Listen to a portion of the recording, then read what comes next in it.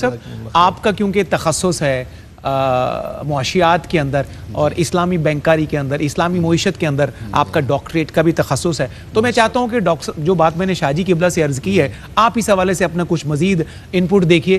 شاہ صاحب کی تو ایک بات سے بلکہ ساری باتوں سے ایگری کرتے ہوئے جو شاہ صاحب نے کہا کہ وہ تو ہر وقت اپنے اللہ کی یاد کام کے اندر رکھتے ہیں، وہ پنجابی کا ایک بہت ہی چھوٹا سا ٹکڑا ہے سخن کا کہ ہاتھ کار والے تے دل یار والے، تو یہ اگر مزاج بن جائے تو بڑی بات ہے۔ آپ اس میں کیا اضافہ فرمائیں گے؟ اسلامی تجارت میں، بینکاری میں، امور میں ہم اس کو کیسے آگے سمجھیں؟ آپ اپنے انداز میں بتائیے گا۔ بسم اللہ الرحمن الرحیم، اللہم صلی علی سیدنا و مولانا محمد وعلی آلہ وصحبہ وبارک وسلم۔ سب سے پہلے تو صفدر علی محسن صاحب آپ کا بہت بہت شکریہ کہ آپ نے اس پروگرام میں ایک دفعہ پھر گفتگو کا موقع دیا۔ بہت نوازش ڈاکٹر صاحب، آپ کے آنے کا بہت شاہ شکریہ۔ صاحب کی موجودگی میں سچی بات ہے کہ ایک طالب علم ہے اور اتنی اللہ سبحانہ و تعالی میں اپنے لیے اعزاز سمجھتا ہوں، بڑی بات ہے۔ اللہ آپ کا یہ اور ایک طالب علم جو ہے وہ اتنی بڑی شخصیت کے سامنے اگر اظہار کرے تو وہ صرف اپنا سبق سنا رہے ہیں، بہت اچھا ہے۔ اس میں کوئی کمی کجی ہو تو وہ آپ نے درگزر اللہ کرنا آپ کو خوش رکھے۔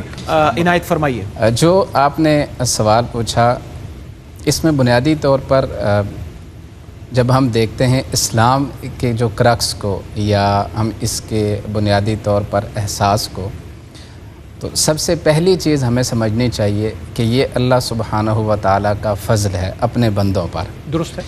وہ ذات چاہتی تو ظاہر ہے کہ انسان ہے، جب اس نے اپنی ذاتی ضرورت کو پورا کرنا ہے، اپنی ذاتی ضرورت کو کسی بھی اینگل میں، تو اس کو اس کا ذاتی فعل قرار دے دیا جاتا، اس کو عبادت کا درجہ نہ دیا جاتا۔ بڑی خوبصورت بات، کیا بات ہے۔ لیکن یہ اللہ سبحانہ و تعالیٰ کا فضل ہے بندے پر۔ واہ واہ واہ۔ اس کے بعد جو دوسری چیز ہے وہ ہم یہ دیکھتے ہیں کہ یہ اللہ سبحانہ و تعالیٰ کا جو عطا کردہ دین رحمت ہے، یہ اس کی ہماگیریت ہے کہ اس کے اندر کمپریہنسو نیچر آف تھاٹ اور ورک پایا جاتا ہے کہ بندہ عمل دنیا کا کرتا ہے لیکن اسے ثواب عبادت کا ملتا ہے، بشرطے کہ اس کی نیت اور شریعت اس کی پابند ہو، اس کی نیت وہ ایک پیج پہ دونوں ہوں۔ ایگریڈ۔ اب یہاں پر میں ایک فیکٹس آپ سے شیئر کرنا چاہتا ہوں کہ اس وقت بی ایم ایس ایک ورلڈ ریکوگنائز انسٹیٹیوٹ ہے، سوئس فائنانشل انسٹیٹیوٹ، اس کی رپورٹ ہے کہ پوری دنیا میں اس وقت وہ 471 ٹریلین ڈالر کی ویلتھ پائی جاتی ہے۔ بالکل ٹھیک۔ انفارچونیٹلی اس میں جو مسلم ورلڈ ہے OIC کے پیج پر یہ 71 کنٹریز آتے ہیں جو رجسٹرڈ ہیں، جی کاغذوں میں 71 ہی ہیں، اور ہمارے جو ہیں آپ کہہ سکتے ہیں کہ اس 471 ٹریلین میں ہمارا کل اثاثہ وہ 1.6 ٹریلین ڈالر ہے، یعنی کہ صرف 5 ٹریلین ڈالر۔ اس کی ریزن یہ ہے کہ ہم نے کاروبار کو محض کاروبار سمجھ لیا، اس کو عبادت چھوڑ دیا۔ امام اعظم ابو حنیفہ رضی اللہ تعالیٰ عنہ، he was the biggest industrialist on his time. Kufa میں کپڑے کا آپ کا کاروبار تھا، کپڑے کی جو ورائٹی آپ کے پاس تھی وہ کسی اور کے پاس موجود نہیں تھی۔ صحیح۔ 17 فیکٹریز آپ کی پائی جاتی ہیں۔ سیدی حضرت عبد الرحمن بن عوف مواخات میں سرکار دو عالم صلی اللہ تعالیٰ علیہ وسلم، آپ نے ان کو ایک اور صحابی ان کے ساتھ بھائی بھائی بنایا، تو انہوں نے کہا کہ میرے پاس میری 2 بیویاں ہیں، یہ کاروبار ہے، یہ گھر ہے، ان کا آدھا آدھا حصہ مواخات کا جو قاعدہ ضابطہ تھا اس کے مطابق کر لیں۔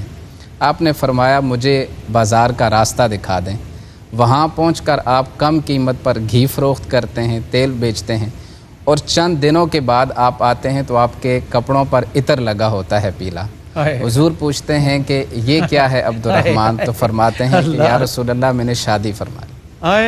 وہی عبد الرحمن بن عوف، سیدہ عائشہ صدیقہ رضی اللہ تعالیٰ عنہ، آپ مدینہ میں تشریف فرما ہیں اور دیکھتے ہیں کہ مدینہ کی زمین کامتی ہے، تو آپ خادموں سے پوچھتے ہیں کہ کیا ہے، تو وہ کہتی ہیں کہ عبد الرحمن بن عوف کا تجارتی قافلہ وہ مدینہ کی سرحدوں سے اندر داخل ہو رہا ہے۔